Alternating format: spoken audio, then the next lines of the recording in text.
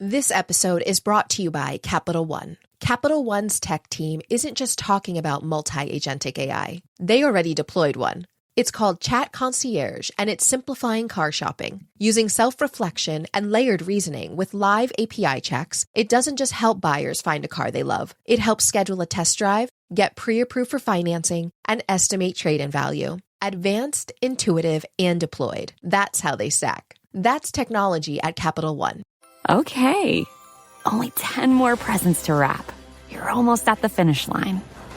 But first...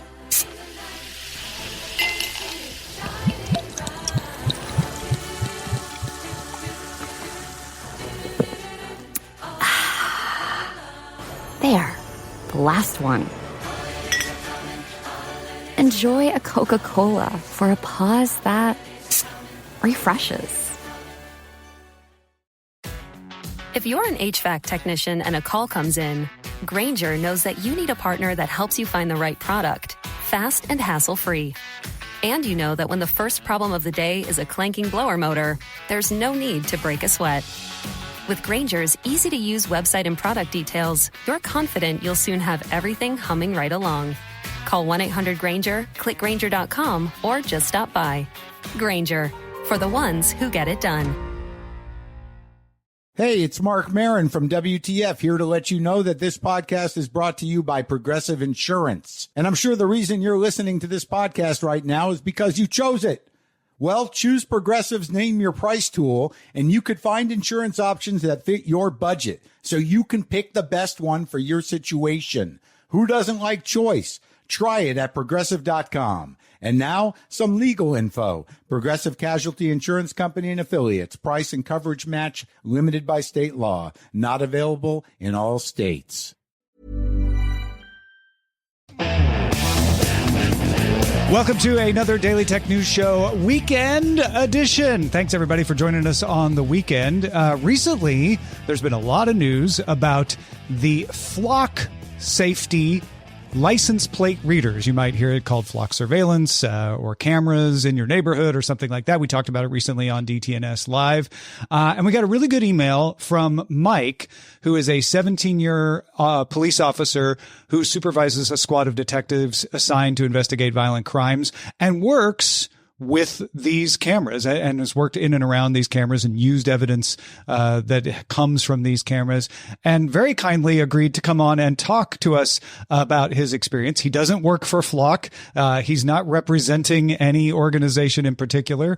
These are just his own experiences working with this stuff. Mike, thanks for joining us, man. Oh, thank you for having me. I appreciate it. So tell us a little bit about, first of all, your experience with these cameras. And I know you want to talk a little bit about some of the things that people may misunderstand about them. Yeah. So in recent times, the use of these cameras has really, it has increased quite a bit. And that's one part of the news reporting that is very true. They've been rolled out initially. They were more purchased by governments and managed by governments. But as private industry has become part of that collaboration, they sometimes will front the cost of the hardware and sell it as a subscription, which, on the tech side, you guys are very aware subscription or the service, technology as a service. They understood that there was a profit motive there, but also there is a public safety benefit genuinely because we were the ones who were looking into these technologies many years ago on our end. Yeah. And so you'll find them not just put in place by governments, but by community organizations and things like that. Kind of like a step up between the Ring doorbell and the official ones, right? Absolutely. Again, my experience has been with all ALPRs, which is what I'll use kind of interchangeably with saying Flock, because there are many different systems, not just Flock, that exist. But the term ALPR, or Automated License Plate Reader, is generally what we're talking about. Although there are larger systems that do more video recording, they are implemented not only by private companies, but by HOAs and other community type management companies. If you live in an apartment complex, if you live in a gated neighborhood, they might be the ones who install these systems for their own uses as well. Yeah. And these are license plate readers, but they do capture images, right? So they're not doing facial recognition or anything like that, but they are capturing images that include the car, and they say they can identify make and model and stuff like that, right? They can. And I've I've seen some of the more advanced systems that are able to, say, type in Ford Mustang as an example. And if you give it a date and a time and a place, it will return to you what it believes to be a Ford Mustang driving past that particular license plate reader. But if you put Tom Merritt in, it's not meant to find me, basically. No, these systems don't do that. And although there might be faces or images of people caught in these cameras incidentally, it's not something that is intended. And in my experience, not something that we really be able to use beyond maybe as a lead, a first step in identifying somebody or something, but it would not be near the evidentiary value or threshold that would be useful to us, at least in law enforcement, in my experience. Gotcha. So where are these cameras generally? And should people have an expectation of privacy from these cameras? So I can't speak to when they're put in by private organizations. Like HOAs are big Flock customers, specifically for those types of neighborhoods. But generally, I believe that Flock's policy and our policy is that they're only installed in intersections or in other areas that would otherwise be viewable to the public. So these are areas that we in the government would say you don't have a reasonable expectation of privacy. If you were to drive down a major highway in your town and through several intersections that are lighted and pedestrian controlled, you wouldn't have an expectation of privacy that the person sitting next to you couldn't look over and read your license plate. Gotcha. So yeah, and not that a license plate reader would be very valuable pointed at my backyard, but they're not pointed at private residences. They're not pointed at backyards, in your experience anyway. And no, not in my experience. And I believe that if, at least it would be my opinion, that if we were to, let's say, pull up a camera in doing some type of a criminal investigation and notice that it was pointed in an area that it shouldn't be, we would work with whoever the vendor was who installed it to either block that area out or have them readjust it, because we don't want to accidentally have evidence suppressed because we are viewing things in an area that we are not legally allowed to be in. Gotcha. Yeah, you want the evidence that you're compiling to be admissible in court, basically, or it doesn't help your case much, except maybe, like you said, as a lead. Talk a little bit about evidence standards and how that plays into the need for these kinds of devices like ALPRs. So as I mentioned, or you mentioned earlier, I've been a police officer now for 17 years, and more specifically over an investigative unit for the past 3 or 4. And just in those 17 years, I've seen there has been a drastic change in what the juries and judges and trials, and even the prosecutors who are bringing forth cases to prosecution, what they expect out of us in terms of evidence to prove a criminal case. So there was a time, 20-ish years ago, and there are probably some 20-year veterans who might be listening to this who could tell you a time when all that we did was go to court with our written report and provide testimony. Witnesses would provide testimony, and then jury would go, yeah, that sounds right. I believe you. And that person might have been, found guilty. Nowadays, it has been my experience, especially in higher profile cases, that prosecutors are looking for GPS data. They want video, not only from us in terms of body camera video, but also video from any surveillance that might be located near where a crime happened. Not just ones owned by the public. There might be public safety cameras, but also, convenience stores and other gas stations that have video. They want GPS data if we can get it, because as we know, not only is your cell phone collecting GPS data, probably your car is probably collecting GPS data. You might have other electronics that are interfacing with GPS data. They want all of this data, because if they don't have that at trial and then a question of it comes up, it can introduce doubt into a case that a judge or a jury might find to be reasonable enough to say, well, this person isn't guilty. Where was this evidence that you didn't collect that might exist out there? So we have a duty to not only collect enough evidence to establish probable cause, hopefully prove guilt beyond a reasonable doubt, but we have to collect all the evidence we possibly can so that we don't miss any exclusionary evidence that might set somebody free. So give me, if you can, a hypothetical, a fictional example of the kind of thing we're talking about. Because we're dealing with, was this car in this area, right? And how does that play out? So a very common occurrence. I shouldn't say a very common occurrence, a good hypothetical. Let's say that you are an individual is walking down the street on their way from their house to a convenience store to buy a soda. And in the process, a car pulls up next to them very quickly. Somebody jumps out of the passenger seat, snatches a purse or a backpack from our victim, that was back of the car, and speeds off. Now, in that moment of panic, that person may or may not, the victim may or may not, get a good description of that vehicle. Maybe it's dark, or maybe they're just scared and they say, oh, I think it was a dark sedan. Mm-hmm. Or I couldn't really tell, but I know it had a taillight out. So what we would do then is we can go back to the license plate readers that might be in that area or around that area, and we can start to look at vehicles that maybe start to match that description based on what was captured there by time and place, or in specific to the license plate reader, if they say, as it drove off, I saw that the first 3 digits in the license plate were ABC. Now we can search for the specific digits, and the license plate, the system can return to us plates that match that description. And I think this is important for people to understand.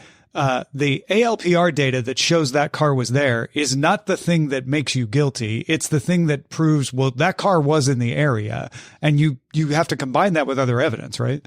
Exactly. We are very careful to say a lot of these softwares and systems are lead generators. Mm-hmm. They're what we use to start to identify suspects, persons of interest, vehicles of interest, areas of interest, but they are not or should not be used exclusively as the driving force behind probable cause to have somebody arrested and brought to trial. Okay. So I think that helps explain to people who are like, well, wait, this camera's spying on me. Why does it need to know where I'm going? And then the question becomes, okay, fine. You need to know when that dark sedan, you need to be able to prove, I should say, that dark sedan was at that intersection near where the incident happened. But how can you make sure that my license plate data isn't going to be misused? As a small business owner, you don't have the luxury of clocking out early. Your business is on your mind 24/7. So when you're hiring, you need a partner that works just as hard as you do. That hiring partner is LinkedIn Jobs. When you clock out, LinkedIn clocks in. LinkedIn makes it easy to post your job for free, share it with your network, and get qualified candidates that you can manage, all in one place. With LinkedIn's new tools, you can write great job descriptions and quickly get your post in front of the right people using deep candidate insights. You can either post your job for free or pay to promote it. Promoted jobs get 3 times more qualified applicants. At the end of the day, what matters most is the quality of your candidates. 72% of small businesses using LinkedIn say it helps them find high-quality hires. And you can boost your reach by adding a hashtag hiring frame to your profile picture to get twice as many qualified candidates. Find out why more than 2.5 million small businesses use LinkedIn for hiring. Post your job for free at linkedin.com/DTNS. That's linkedin.com/DTNS. Terms and conditions apply. If you love to travel, Capital One has a rewards credit card that's perfect for you. With the Capital One Venture X card, you earn unlimited double miles on everything you buy. Plus, you get premium benefits at a collection of luxury hotels when you book on Capital One Travel. And with Venture X, you get access to over 1,000 airport lounges worldwide. Open up a world of travel possibilities with the Capital One Venture X card. What's in your wallet? Terms apply. Lounge access is subject to change. See CapitalOne.com for details. If you're the purchasing manager at a manufacturing plant, you know having a trusted partner makes all the difference. That's why, hands down, you count on Grainger for auto reordering. With on-time restocks, your team will have the cut-resistant gloves they need at the start of their shift. And you can end your day knowing they've got safety well in hand. Call 1-800-GRAINGER, click Grainger.com, or just stop by. Grainger, for the ones who get it done. 1.3%. It's a small number, but in the right context, it's a powerful one. Stripe processed just over $1.4 trillion last year. That figure works out to about 1.3% of global GDP. And powering that figure are millions of businesses finding new ways to grow on Stripe, like Salesforce, OpenAI, and Pepsi. Learn how to build the next era of your growth at stripe.com/enterprise. AI agents are everywhere, automating tasks and making decisions at machine speed. But agents make mistakes. Just one rogue agent can do big damage before you even notice. Rubrik Agent Cloud is the only platform that helps you monitor agents, set guardrails, and rewind mistakes, so you can unleash agents, not risk. Accelerate your AI transformation at Rubrik.com. That's RUBRIK.com.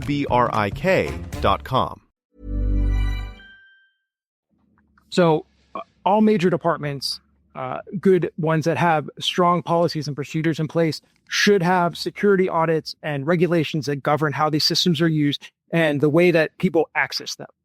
And that's true of all criminal justice systems, all versions of databases that we access, that we either compile the data ourselves, meaning that we're the originators of the technology and we own it, or when we go to third-party vendors and we get that data, all of those things still adhere to CJIS standards that say how we access them, why we access them, who does the accessing, and what information is then used going forward, because at some point, most of it is going to become public record as a result of the trial, assuming we get to that point. Yeah, and I think that was the one part, a lot of these stories that did raise my alarm, is that there were descriptions of not improper use of multi-factor authentication, where improper access wasn't being granted, but someone who was malicious might be able to figure out how to get into these systems. What kinds of safeguards are there usually to make sure that doesn't happen? Is it part of the training, or is it a department by department thing? It is a department by department thing. And one, I don't want to say issue, but one fact that doesn't come up enough, I think, when these stories are reported, is that when people say the police, they tend to think of us as one all-encompassing being that moves as one unit and has the same brain and hands and heart and everything. The fact is that I believe there's somewhere in the neighborhood of like 750,000 different departments in the country, and they employ hundreds of thousands of different police officers. Some as big as, NYPD, which I think has like 30,000 officers, and some as small as a department that might have a chief and, a deputy, or a sheriff and a deputy. And so really what the safeguards need to be is implemented by the regulations that those departments use. And at bigger departments, progressive departments, they're going to do that on their own because they want to be ahead of the curve and they want to set that best practices. And the smaller ones hopefully look to the bigger ones, or in some cases you have state regulations or federal regulations as to how they should be operated. But ultimately, those regulations do need to be in place because, again, if we misuse evidence, it does us no good as the police because it becomes inadmissible and gets suppressed. Yeah. So, for citizens who are concerned about this, I think you want to make sure that look into what the regulations are and make sure that not only your local law enforcement agency is following them, which you can ask through your local elected representatives to look into, but also that the companies that they are contracting with, whether it's Flock or somebody else, are providing proper security on their end as well. And if they aren't, then maybe you could say like, hey, maybe find a company that does put in proper security. Any other thoughts that you have to advise citizens if they're concerned about this, like what they should do, what they should look into? I would like to say I'm not here to blanketly say that this technology is absolutely essential and we have to have it. As policing progresses and as the types of evidence that we have to collect changes, we have to change our techniques in order to gather that evidence. But we are so ultimately answerable to the citizenry, to the public. And I think what you often say, and I agree with you completely, is that too often we try to draw parallels from new technology to older standards. And sometimes those really work, but sometimes they really don't. And we're seeing that progression. I just know specifically, just to speak, something that's changed over my time here as a police officer. When I started and you were arrested, we could search your cell phone incident to arrest, which is an exemption to the Fourth Amendment that says that when you get arrested and we're taking you to jail, we're allowed to search you because we need to check for weapons and other contraband and things like that. That makes perfect sense. Well, your phone was seen as what they called a digital container. It was just another pocket that you had. It just happened to be electronic, and we were allowed to search it. Over time, that standard has drastically changed. And that's because the public came forward and said, no, we feel like this is something different and we need to change and adapt to how these things are done. That's not to say that we still can't search your phone at some point, but there are different legal standards we have to meet. It's the same with any new technology. And I would just encourage people, rather than blanketly coming out and saying, I don't like this new technology, it sounds bad, but to say, is there a legitimate use for this? How can we properly regulate it and audit it so that the evidence that it does collect can help us solve lots of crimes, but it also protects people from having their privacy invaded in a way that they don't feel is right. Yeah, no, it's a don't throw the baby out with the bathwater kind of problem. You know, everybody needs to figure out which part's the baby and which part's the bathwater. That's the thing. Mike, thank you so much for helping us understand this from your perspective. It's incredibly valuable. I learned things talking to you now, just about the evolution of all of this. I really appreciate it. No, absolutely. I'm happy to finally be able to contribute after near 20 years of listening to you guys. Well, thanks, man. I very much appreciate that too. Normally I tell people like to promote something or send folks somewhere, but I don't know that really applies in this case. Is there any last words or anything you want to throw out there for folks? No, I would just encourage people, especially when you hear these types of stories, and they often are reported, and not on DTNS's end, certainly not. I find you guys to be some of the most well-reasoned and well-intentioned and informed distributors of this type of information. But what something sounds curious to you is to seek out some more information on it and see what legitimate uses there are. And as I said before, if it's something that you feel strongly about, we are answerable to you. The government answers to you, and just make your position known. Fantastic. Mike, thanks again, man. Absolutely. Thank you. And thank you, folks, for supporting us at patreon.com/DTNS and DTNS.substack.com. You get these shows ad-free, and you get them a little earlier sometimes than other folks. Appreciate that. We'll be back on Monday with the news. Until then, everybody have a good weekend. Talk to you soon.